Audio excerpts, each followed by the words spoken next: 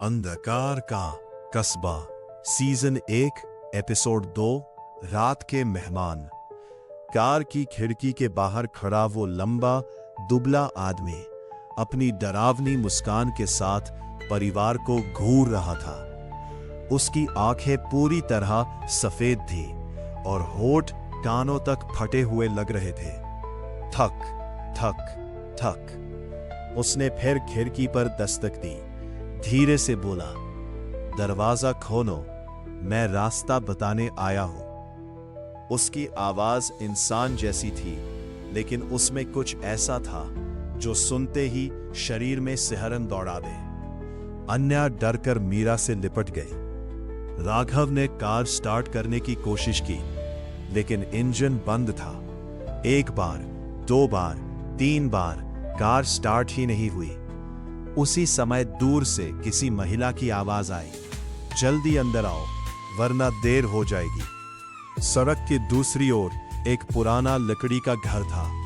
दरवाजे पर लगभग 60 वर्ष की एक बुजुर्ग महिला खड़ी थी।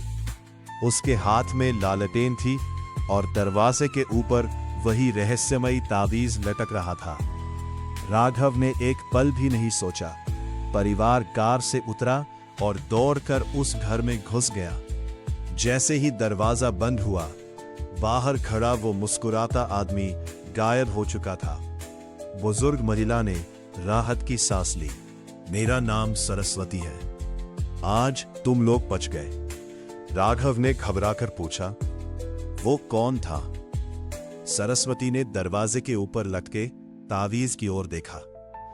रात के मेहमान वे कभी दरवाजा तोड़कर अंदर नहीं आते, लेकिन अगर तुमने खुद उन्हें बुला लिया तो कोई तुम्हें नहीं बचा सकता। मीरा ने पूछा, ये तावीज क्या है? यही हमारी जिंदगी है। जब तक यह दरवाजे पर टंगा है, वे अंदर नहीं आ सकते। रात गहराती गई। घर के भीतर एक अजीब सन्नाटा था। तभी ठक ठक ठक, मुख्य दरवाजे पर दस्तक हुई।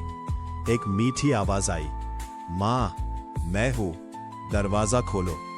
सरस्वती का चेहरा पीला पड़ गया। वो फुसफुसाई, मेरी बेटी को मरे हुए 20 साल हो चुके हैं। अन्या हैरान रह गई। बाहर से फिर आवाज आई, मां, मुझे ठंड लग रही है। आरव दरवाजे की झेरी से देखने लगा। बाहर सचमुच एक छोटी लड़की खड़ी थी। वो रो रही थी, लेकिन अचानक उसका सिर धीरे धीरे 180 डिग्री घूम गया और उसके चेहरे पर वही डरावनी मुस्कान फैल गई। आरव चीख पड़ा और पीछे हट गया। पूरी रात दस्तकें चलती रही। कभी किसी बच्चे की आवाज, कभी किसी बूढ़े की, कभी किसी पुलिस वाले की। हर आवाज कहती, बस एक बार दरवाजा खोल दो। लेकिन सरस्वती ने किसी को जवाब नहीं दिया।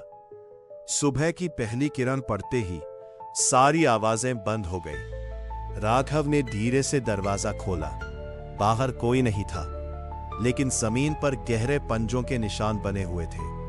और ठीक दरवाजे के सामने एक पुराना तावीज टूटा हुआ पड़ा था। उसके पीछे खून से एक संदेश लिखा था, आज बच गए, लेकिन हर रात किस्मत साथ नहीं देगी। राघव, मीरा, आरव और अन्या एक दूसरे का चेहरा देखने लगे।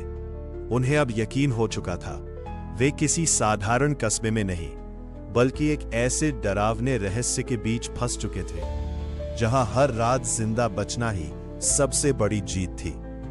एपिसोड 2 समाप्त। अगले एपिसोड में पहला हमला। जब एक परिवार एक छोटी सी गलती करता है और पूरे कस्बे में मौत का तांडव शुरू हो जाता है।